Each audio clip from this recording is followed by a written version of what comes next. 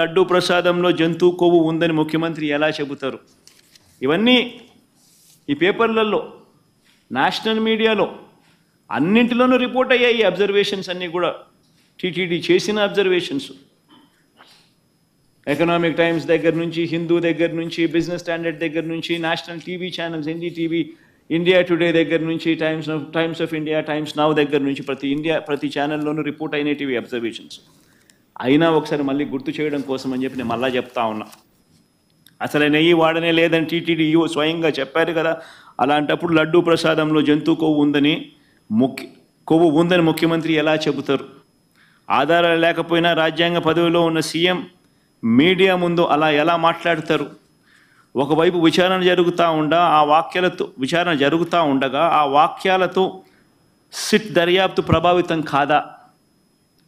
తమ నివేదిక తప్పు కూడా కావచ్చు అని స్వయంగా ఎన్డీడీబీ రిపోర్ట్లోనే రాశారు కదా. ఎన్డీడీబీ నివేదికపై సెకండ్ ఒపీనియన్ ఎందుకు తీసుకోలేదు? అదొకటే కాదు కదా, దేశంలో ఎన్నో ల్యాబ్లు ఉన్నాయి కదా. ముఖ్యమంత్రి ప్రకటనకు పూర్తి విరుద్ధంగా ఈఓ ప్రకటన ఉంది. కల్తీ నెయ్యి విషయంలో టీటీడీ వైఖరి చాలా స్పష్టంగా ఉంది. సీఎం చేసిన ప్రకటనలకు ఎలాంటి ఆధారాలు లేవు.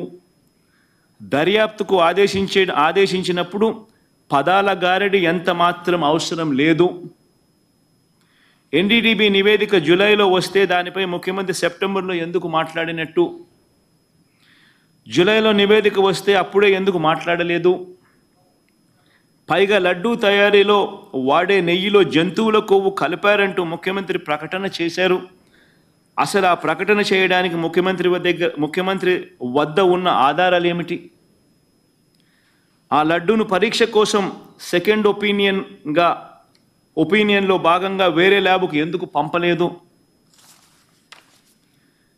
మీడియాతో మాట్లాడడానికి ముందు లడ్డూలను పరీక్షించడం సరైందని సీఎం భావించలేదా? అసలు బహిరంగ ప్రకటన ఎందుకు చేయాలి? బాధ్యతాయుతమైన పదవిలో ఉన్నవారు అలాంటి ప్రకటనలు చేయొచ్చా? దానివల్ల సిట్ దర్యాప్తు ప్రభావితం కాదా? అది కోట్ల మంది ప్రజల మనోభావాలు దెబ్బతీస్తుందని తెలియదా?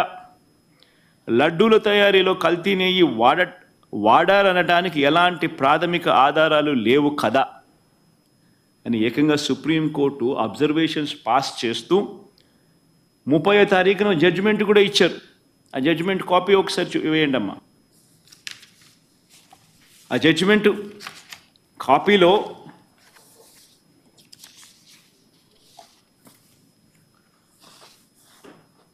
ముప్పయో తారీఖు వచ్చిన జడ్జిమెంట్ కొంచెం పైకి బామ్మా.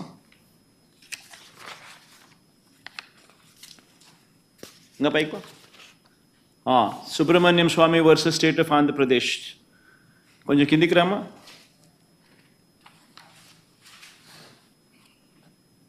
కొంచెం కిందికి రామ్మా. ఇంకా బా కిందికి, కొంచెం కిందికి, ఇంకా బా, ఇంకా బామ్మా,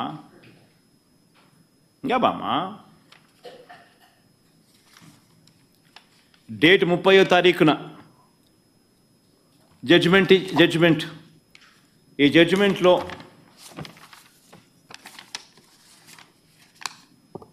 the present petition pertain to an issue which affects the sentiments of crores of people living in the entire world. Moodo point. However, some press reports also show that EO of Tirumala Tirupati Devasthanam Trust had made a statement to the contrary that adulterated ghee was never used. 7వ point mama. It is submitted that the statement made by the EO to the effect that adulterated ghee was never used to prepare laddus. 10th point mama. It could thus be seen that a statement was made by the Chief Minister on 18th September 2024, which was even prior to the FIR being lodged on 25th September and the sit being constituted on 26th September. Number 11, we are prima facie of the view that it was not appropriate on the part of the high constitutional functionary to go in public to make a statement which can affect the sentiment of crores of people, and when investigation to find out adulterated ghee was used to make laddus was underway. Judgment kuda Chandrababu Naidu ఆక్షేపిస్తూ స్వయంగా supreme court judgement కూడా ఇచ్చింది. ఓ పక్క మీ EO మీరు చెప్తా ఉన్న దానికి విరుద్ధంగా చెప్తా ఉన్నాడు అని ఒక వైపున అంటూనే, రెండో వైపున ముఖ్యమంత్రిగా ఉన్న వ్యక్తి 18వ తారీఖున సెప్టెంబర్ 18వ తారీఖునే తాను స్టేట్మెంట్ ఇస్తాడు. ఈ స్టేట్మెంటు ఎఫ్ఐఆర్ రిజిస్టర్ చేయక మునిపే సెప్టెంబర్ 25వ తారీఖున ఎఫ్ఐఆర్ రిజిస్టర్ చేయక మునిపే ఇచ్చాడు. సిట్ కాన్స్టిట్యూట్ అయింది 26 సెప్టెంబర్న. 26 సెప్టెంబర్ కన్నా ముందు తాను ఎఫ్ఐఆర్ రిజిస్టర్ చేయక మునిపే ఏకంగా ముఖ్యమంత్రి అనే వ్యక్తి సెప్టెంబర్ 18వ తారీఖునే తాను స్టేట్మెంట్ ఇచ్చాడు అని కూడా చెప్తా ఉంది. చెబుతూ ప్రైమా ఫేసి ఒక ముఖ్యమంత్రిగా ఉన్న వ్యక్తి ఇట్ ఈస్ నాట్ అప్రోప్రియేట్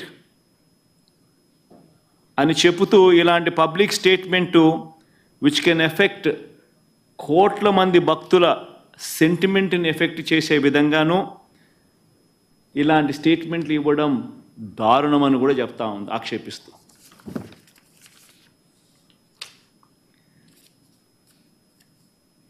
ఇలా చంద్రబాబు నాయుడు గారిని అన్ని రకాలుగా ఆక్షేపిస్తూ ఉన్నా కూడా చివరికి ఈరోజు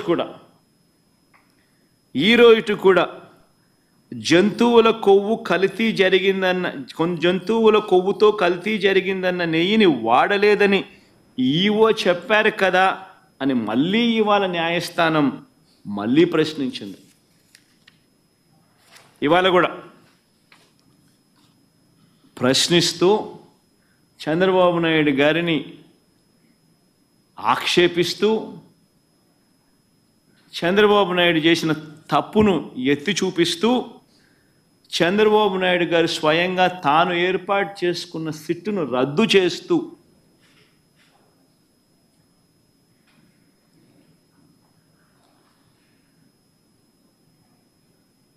సుప్రీంకోర్టు స్వయంగా సిబిఐ డైరెక్టర్ పర్యవేక్షణలో 2 సిబిఐ అధికారులతోనూ వీరికి రాష్ట్రానికి చెందిన 2 పోలీసు అధికారులు అసిస్ట్ చేస్తారు అని చెబుతూ వీరికి తోడు food safety and standards authority of India FSSAI నుంచి కూడా ఒక అధికారి నియమితులై వీళ్ళు లడ్డూకు సంబంధించిన విషయం మీద వీళ్ళు నివేదిక ఇస్తారు అని చెప్పడం జరిగింది. నేను అడుగుతా ఉన్నా, ఇంతగా సుప్రీంకోర్టు ఆక్షేపిస్తే ఇదే పెద్ద మనిషి చంద్రబాబు నాయుడు గారు అనే వ్యక్తికి ఏమాత్రమైనా కూడా దేవుడి మీద భక్తి భయము ఏమాత్రం ఉన్నా కూడా తప్పు చేసినట్టుగా కనిపిస్తూ ఉన్నా కూడా మొట్టమొదటి తాను చేయాల్సింది ప్రజలకు భక్తులకు క్షమాపణ చెప్పడం, తిరుమలలో స్వామివారిని వేడుకోవడం, తప్పు చేశాను స్వామి క్షమించండి అని చెప్పి. అవేవి కూడా చేయకపోగా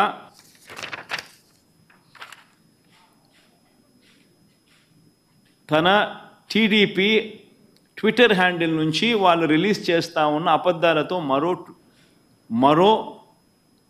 మరో ట్విట్టర్ హ్యాండిల్ నుంచి వాళ్ళు చేసిన మరో ట్వీట్, చంద్రబాబు నాయుడు కోర్టు తిడితే మీ పాపం పండింది జగన్, తిరుమల లడ్డు కల్తీపై సుప్రీంకోర్టు సీరియస్ అని చెప్పి జగన్ మనల్ని తిట్టినట్టుగా వక్రీకరిస్తూ ట్వీట్.